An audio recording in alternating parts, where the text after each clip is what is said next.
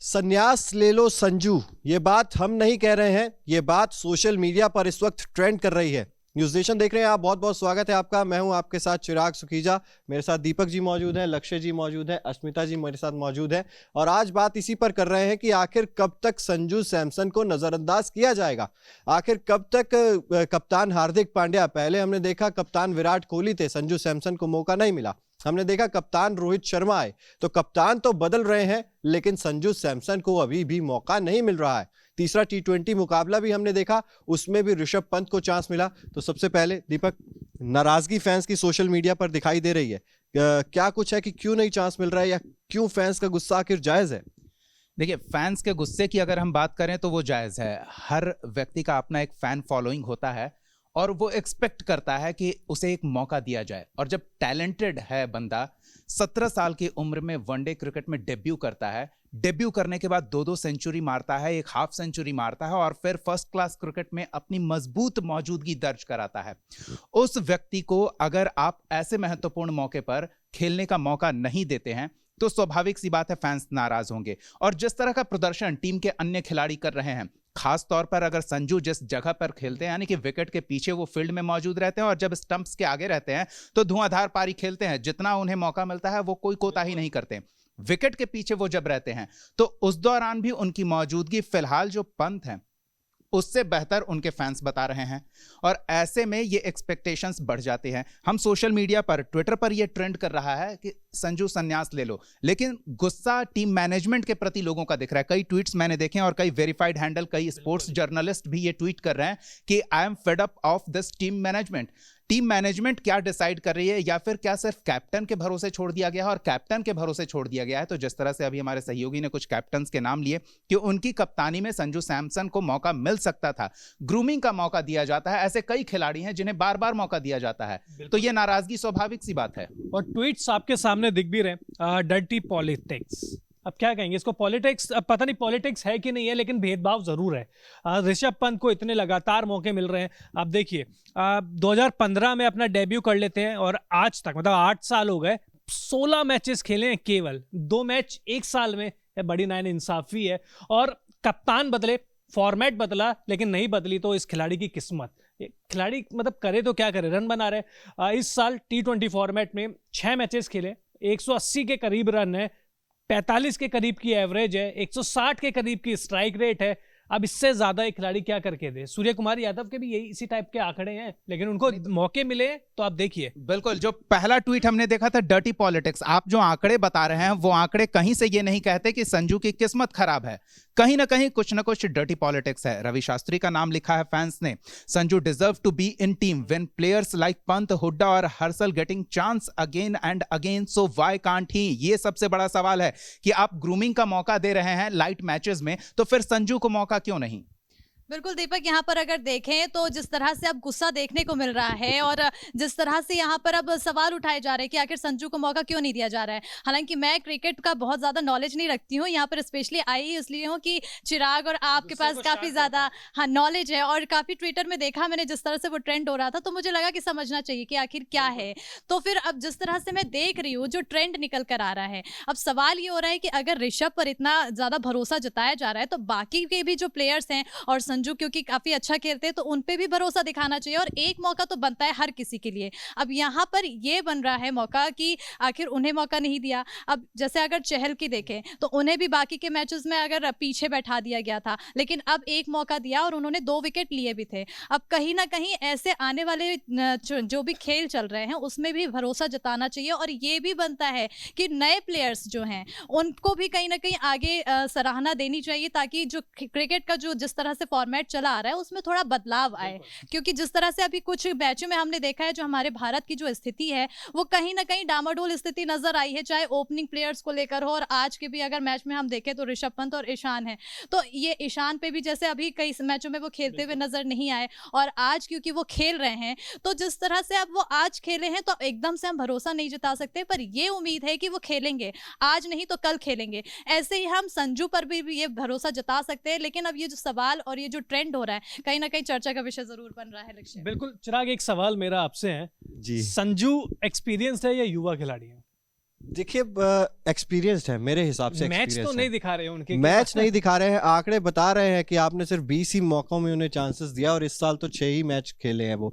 तो कहीं ना कहीं देखिए एक्सपीरियंस बहुत ज्यादा है। आप आईपीएल लंबे समय से खेल रहे हैं, 3 आपने शतक है आईपीएल 3 में। शतक है और उसके बाद देखिए आप डेब्यू भी 2016 से, जिस तरह से हम बात कर रहे थे T20 क्रिकेट में, एक्सपीरियंस्ड है, फॉर्म है, बावजूद इसके टीम में क्यों नहीं है, यही सवाल है। यही फैंस भी कह रहे हैं बार बार। आप पंत को देखिए, आप पंत की स्ट्राइक रेट, एवरेज सब देख लीजिए आप, और उसके सबको लिहाज मौके मिल रहे हैं, हर्षल पटेल बिल्कुल। को मिल रहे हैं, दीपक हुड्डा को मिल रहा है, ऋषभ पंत को मिल रहे हैं, तो संजू ने क्या बिगाड़ा है? कुछ बिल्कुल। गलत किया है? और गलत दीपक एक क्या आंकड़ा भी आप लेकर आए हैं, वो आंकड़ा मैं चाहता हूं दर्शकों को सबसे पहले बता दीजिए। जिस जगह के लिए मारामारी चल रही है और जिस जगह को लेकर ये तनातनी की स्थिति बनी हुई है, फैंस नाराज हैं कि भाई ऋषभ पंत को बार बार क्यों, तो इन्हीं दोनों को हम कंपेयर कर लेते हैं। संजू सैमसन और ऋषभ पंत के आंकड़ों को कंपेयर करते हैं। सिर्फ 2022 के आंकड़े हैं, अपने दर्शकों को बता दें तो 2022 में संजू को जहां सिर्फ 5 मैच में जगह दी गई है, जबकि ऋषभ पंत को 20 मुकाबलों में मौका मिला है और इन 20 मैचेस में ऋषभ पंत ने 353 रन बनाए हैं। आप विकेट के पीछे क्या कर रहे हैं ये तो मायने रखता है, लेकिन जब छोटे फॉर्मेट के क्रिकेट में आप खेलते हैं तो आपको विकेट के आगे भी अपना योगदान देना पड़ता है। और ऐसे में 20 मैच में 353 रन ऋषभ पंत के और सिर्फ 5 मैचों में 179 रन संजू सैमसन के। ये दर्शाता है कि वो रन मशीन है, उन्हें मौका मिला तो वो बिल्कुल। स्ट्राइक रेट दिखा सकते हैं, और स्ट्राइक रेट उनका है 158 का, जबकि ऋषभ पंत का है 131 का।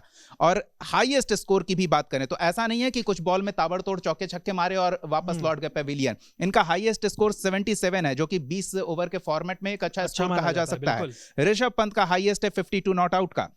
और ऐसे में बैटिंग एवरेज जो है 44.75 का संजू सैमसन का है और ऋषभ पंत का सिर्फ 22 का एवरेज है। यानी कि जितने मैच में इन्हें खेलने का मौका मिला है, इन्होंने वो मौके नहीं गंवाए हैं, टीम के लिए इन्होंने प्रदर्शन किया है, आंकड़े जुटाए हैं और टीम को जीत के ओर ले जाने में और योगदान पहले इनके दिया। लिए कहा जाता था संजू के लिए कि निरंतरता नहीं है प्रदर्शन में, बट अब तो वो भी आ गई है। अब खिलाड़ी क्या कर सकता है? ज्यादा से ज्यादा रन बना सकता है, डोमेस्टिक में रन बना सकता है, जितने मौके मिल रहे हैं उसमें रन बना सकता है, रन बना भी रहे हैं। लेकिन अब समझ में आ नहीं रहा है कि इशू चल क्या रहा है। अब टीम में जगह नहीं है, अब ऐसा भी नहीं है कि टीम में जगह नहीं है। आपने ऋषभ पंत को हद से ज्यादा मौके दे दिए हैं, जितना वो डिजर्व करते हैं उससे ज्यादा करते हैं। शायद इतना किसी और खिलाड़ी को देते तो उसके आंकड़े बहुत अच्छे होते। मुझे लगता है संजू सैमसन एक शायद बदकिस्मत खिलाड़ी है।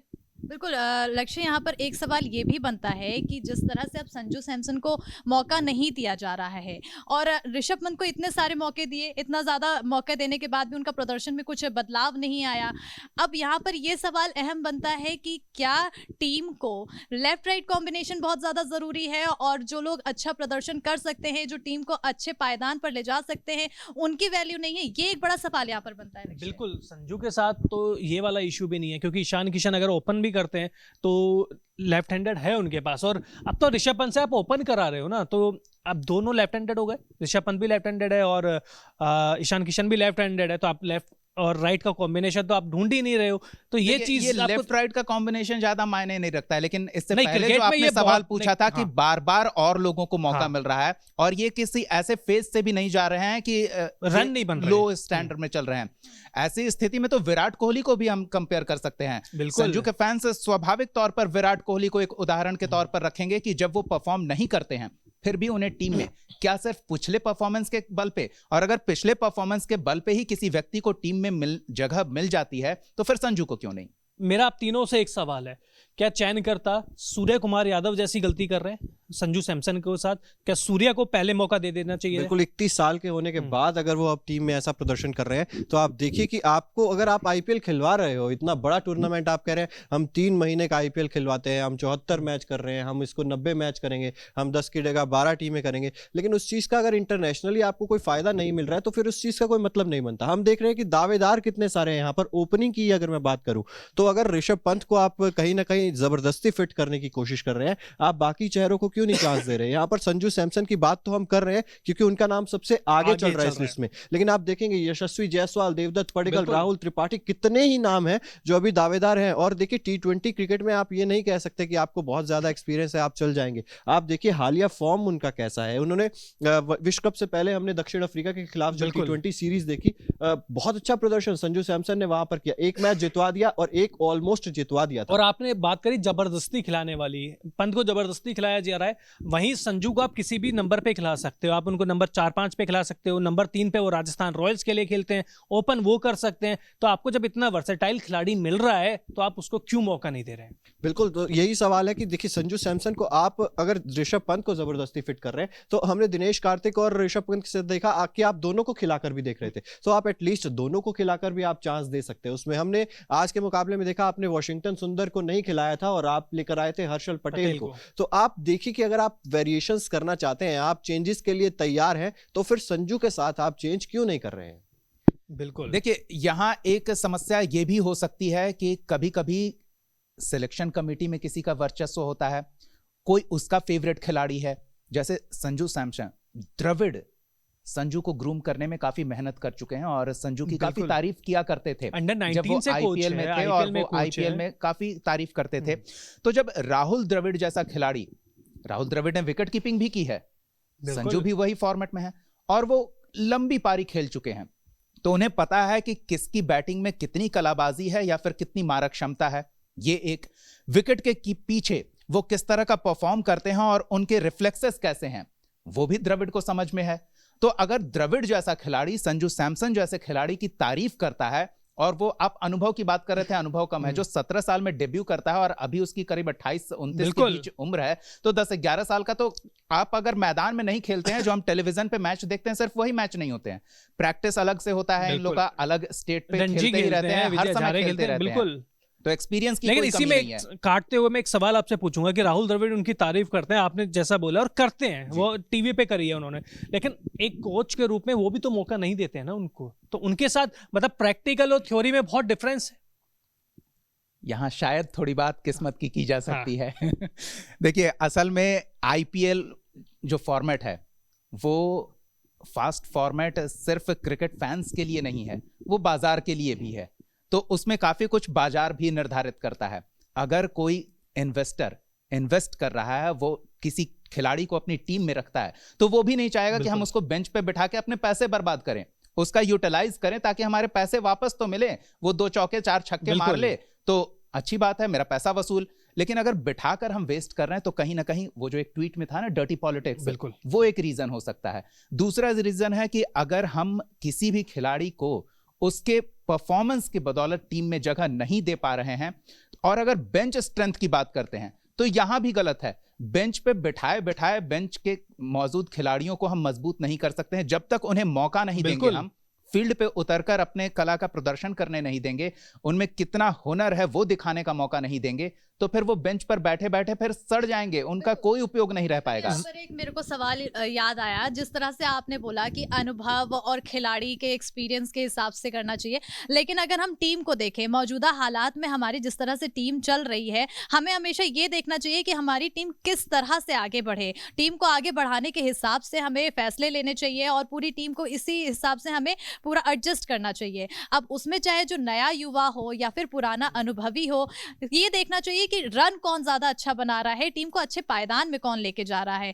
और अगर वो अभी के हिसाब से हम देख रहे हैं और स्थिति सही नहीं चल रही है, तो कहीं ना कहीं यहाँ पर तब्दीली की जरूरत जरूर बन के आती है। तो तब्दीली में नए लोगों को मौका देना क्यों गलत है? बिल्कुल, और इसी में मैं एक सवाल आपसे और काउंटर करूंगा कि क्या संजू को जाया कर रही है टीम मैनेजमेंट? बिल्कुल, मेरे ख्याल से जाया कर रही है, क्योंकि जिस तरह से अब आंकड़े निकल के आ रहे हैं, ऐसा नहीं है कि वो बहुत ज़्यादा खराब प्लेयर हैं, और जो अभी टीम में खेल रहे हैं, जैसे अब ऋषभ पंत में सवाल उठने लगे हैं और ऋषभ पंत में कहीं ज़्यादा सवाल उठ गए हैं। ऐसा नहीं कि उन्हें मौका नहीं दिया गया है, उन्हें काफ़ी ज़्यादा मौका दिया गया है, लेकिन उसके बाद भी अगर वो स्थिति अपनी नहीं सुधार पा रहे हैं और उन मौक़ों को वो बर्बाद करते हुए नजर आ रहे हैं।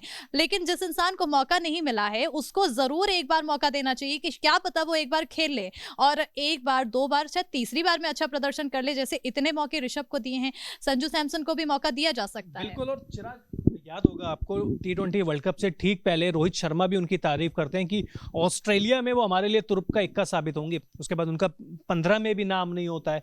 तो मुझे ये समझ में नहीं आता कि जब आपका थिंक ऑफ स्कीम में है ही नहीं वो, तो क्यों आप उनका नाम बार बार प्रेटेंड करते हो? मतलब फैंस के साथ तो ये डबल चोट हो गई ना कि आपको उनको टीम में लेना भी नहीं है, लेकिन आप फैंस को बता रहे हो कि नहीं नहीं नहीं, हमारे लिए तो नंबर 1 बैट्समैन है, लेकिन अभी हम लेंगे नहीं। तो ये जो कहते हैं ना कि डबल स्टैंडर्ड, ये बीसीसीआई और टीम मैनेजमेंट की साइड से बार बार क्यों आता है? बिल्कुल, देखिए ये चीज़ आ रहा है और ये दिख रहा है, लेकिन ये चीज़ ज़्यादा लंबी नहीं चल सकती। हमने वो त्रिवेंद्रम में हमने मैच देखा था जो T20 विश्व कप से बिल्कुल। पहले खेला गया था, तो वहाँ पर फैंस ने टिकट लेने से मना मना कर दिया कर था। दिया वहाँ पर कुछ शायद हुड़दंग भी मच गया था, लाठीचार्ज जैसी सिचुएशन आ गई थी एक बार को कि क्या मैच हो भी पाएगा या नहीं। इतना ज़्यादा गुस्सा फैंस में आ गया था। तो ऐसा नहीं है कि आप फैंस को बार-बार बेवकूफ़ बना लेंगे। न्यूजीलैंड में अभी हुआ है, संजू संजू के नारे लगे हैं। बिल्कुल। पहले मैच में भी लगे थे, आज के मैच में भी होल्डिंग लगे हुए हैं। तो देखिए ना, संजू की फैन फॉलोइंग इसीलिए है क्योंकि उनमें काबिलियत है। अगर काबिलियत नहीं होती तो शायद उनकी इतनी फैन फॉलोइंग भी नहीं होती। बिल्कुल, उन्होंने अपनी मेहनत से फैन फॉलोइंग बनाई है। ऐसा नहीं है कि वो डेब्यू नहीं किया था तभी उनकी फैन फॉलोइंग थी या कुछ था। उन्होंने परफॉर्म किया इसलिए उनकी फैन फॉलोइंग बनी। लेकिन लक्ष्य, एक सवाल मेरा यहाँ पर ये भी बनता है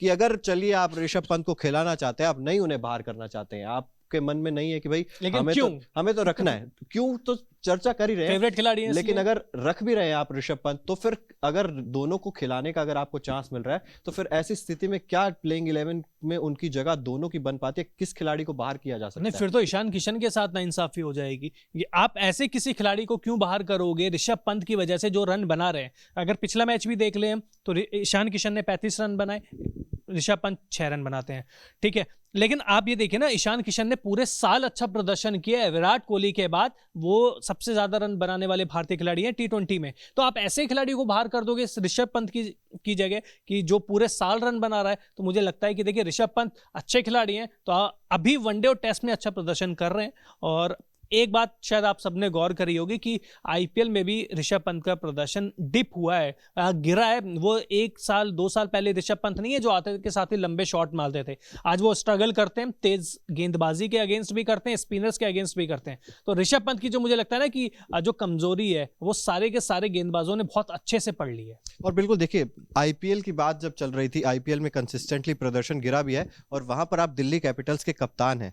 आप प्लेइंग 11 डिसाइड करते हैं, आप बैटिंग ऑर्डर डिसाइड करते हैं, आप वहां पर ओपनिंग कर सकते हैं, आप वहां पर किसी भी क्रम पर बल्लेबाजी कर सकते हैं। तो भारतीय टीम में इतनी फ्लक्चुएशन है, आप वहां पर अगर ओपनिंग नहीं कर रहे हैं, तो फिर यहाँ पर क्या ओपनिंग में भी लाना जायज था या नहीं था? देखिए, इन सब बातचीत के बीच मुझे MS धोनी फिल्म का एक सीन याद आ रहा है।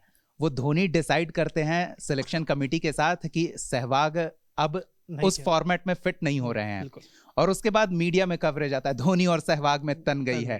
तो ऐसी बात अभी कुछ फैंस को महसूस हो रही है कि क्या पंत के कारण किसी सेलेक्टर का नाराजगी का सामना संजू को करना पड़ रहा है, या फिर संजू वो क्रेज नहीं डेवलप कर पा रहे हैं अपने प्रति कि सेलेक्टर्स को इंप्रेस कर सकें।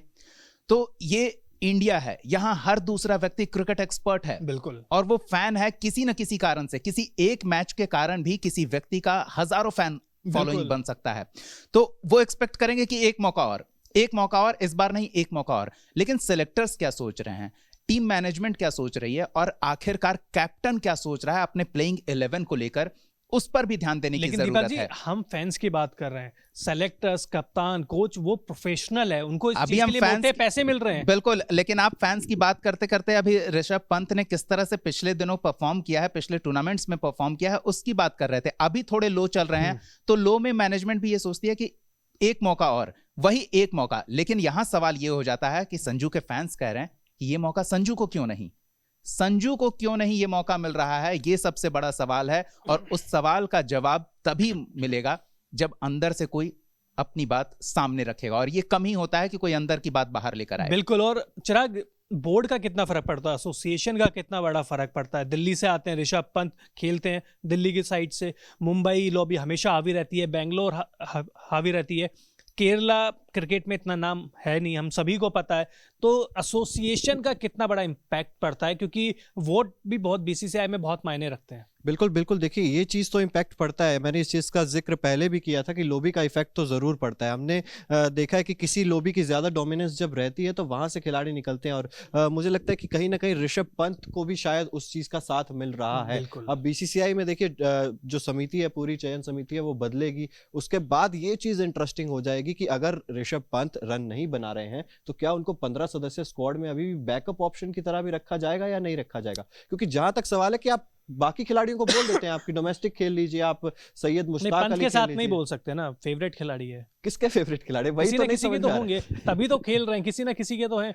और पंत के साथ देखिए, आप कह रहे हो कि 15 खिलाड़ी से बाहर करो, मैं कह रहा हूँ कि प्लेइंग 11 से तो पहले बाहर कर दो। 15 खिलाड़ी तो बहुत बाहर है। देखिए फेवरेट खिलाड़ी होते हैं, आप ऑफिस में देखिए हमारे भी कुछ फेवरेट होते हैं जो हमारे चहीते होते हैं, लेकिन आप उनको एक लिमिटेड मौके देते हैं। फिल्मों में भी यही होता है कि फेवरेट एक्टर एक्ट्रेस आ जाते हैं, लेकिन उसके बाद उनको परफॉर्म करना होता है। कितने स्टार्स के बच्चे हैं जो डेब्यू करते हैं, उनकी जो फिल्में हैं वो फ्लॉप हो जाती है और करियर खत्म हो जाता है। ऐसा नहीं है ना कि वो 60-60 पिक्चरें बनाते रहते हैं। तो फिर जब क्रिकेट में नहीं होता, प्रोफेशनल जिंदगी में नहीं होता, जॉब में नहीं होता, तो क्रिकेट में और सिर्फ एक खिलाड़ी के ऊपर क्यों? संजू सैमसन को मुझे जो पर्सनली लगता है कि 30% चांस भी ऋषभ पंत वाला मिल जाए ना, तो वो शायद धोनी मूवी में नाम लिया था, धागे खोल देंगे। बिल्कुल बिल्कुल, धागे खोल देंगे। देखिए क्षमता है नो डाउट, और वो परफॉर्म कर चुके हैं, इसमें भी नो डाउट। आगे भी कर सकते हैं, इसमें कुछ लोगों को डाउट है। ये डाउट कैसे दूर करना है? अब ये डाउट कौन दूर करेगा? संजू सैमसन ही दूर करेंगे। लेकिन ये डाउट दूर कैसे होगा? जब उन्हें मौका मिलेगा। तभी तो और अगर आप मौका दे नहीं रहे हैं तो आप एक टैलेंट को वेस्ट कर रहे हैं, और ये नाराजगी वो टैलेंट वेस्ट होने के कारण है। अभी लगातार जो भी खिलाड़ी फॉर्म में चल रहा है उसे आप अगले मैच में जरूर मौका देते हैं, तब तक जब तक वो अगला मैच कोई मायने नहीं रखता है टीम के लिए, पॉइंट्स के लिए या फिर सीरीज के लिए, तो आप बेंच स्ट्रेंथ को मौका देते हैं। आप वैसे मौकों पर भी संजू को अगर टीम में नहीं जगह दे रहे हैं तो स्वाभाविक सी बात है एक साजिश की बू तो आएगी। बिल्कुल। और अच्छा, आपका फेवरेट प्लेयर? मेरा फेवरेट प्लेयर ऐसे तो कुछ मैं बता नहीं सकती क्योंकि इतना मैं क्रिकेट देखती नहीं हूँ, लेकिन जिस तरह से मैंने देखा, अब जो चर्चाएं चल रही है, जो ट्रेंड चल रहा है, उस हिसाब से मेरे अंदर जिज्ञासा बनी कि आखिर ऐसा क्यों हो रहा है। जिसके बाद मेरे पास उल्टा सवाल ये आया कि अभी जैसे आप लोग भी डिस्कशन कर रहे थे, साफ तौर पर आपने कह दिया कि टीम में अनुभवी लोग को आपने जिक्र किया, साथ ही साथ टीम को आगे बढ़ाने वाले के लिए जिक्र किया और मौका देने की बात कही। लेकिन अब जिस तरह से मौका नहीं दिया जा रहा है संजू सैमसन को, और भी ना सिर्फ संजू सैमसन बल्कि और भी कई खिलाड़ी हैं जिन्हें मौका नहीं दिया जा रहा है, सवाल ये बनता है कि क्या टीम को आगे बढ़ाना यहाँ पर उसको लेकर आगे ज्यादा माना जा रहा है कि टीम को आगे बढ़ाया जाए, या फिर फेवरेट लोगों को मौका देना ज्यादा बन जा रहा है? क्योंकि ऋषभ पंत को जिस तरह से मौका दे रहे हैं वो फेवरेट खिलाड़ी हैं, किसके लिए ये अभी तक खुलासा नहीं हो पाया है। तो या फेवरेट खिलाड़ी को मौका दिया जाना है या फिर टीम इंडिया को आगे बढ़ाना है, ये यहाँ पर बड़ा सवाल बनता है। नहीं बिल्कुल, और सवाल तो यही है ना कि ऋषभ पंत अगर अच्छा प्रदर्शन कर रहे होते तो हम भी नहीं कहते कि संजू सैमसन को टीम में ले आओ। वो लगातार फेल हो रहे हैं और संजू सैमसन लगातार पीछे रन बना रहे हैं, तो हम भी इसलिए कह रहे हैं। और देखिए उन सबको मौके मिल रहे हैं, अब लगातार सबको मौके मिल रहे हैं। जब बड़े खिलाड़ी आराम कर रहे हैं तो सारे युवा खिलाड़ियों को मौका मिल रहा है, तो क्यों संजू सैमसन उसमें नहीं है? क्यों उनको उसमें भी टुकड़ों में मौके मिलते हैं कि 5 मैचेस होते हैं, चलो 1-2 मैचेस खिला देते हैं।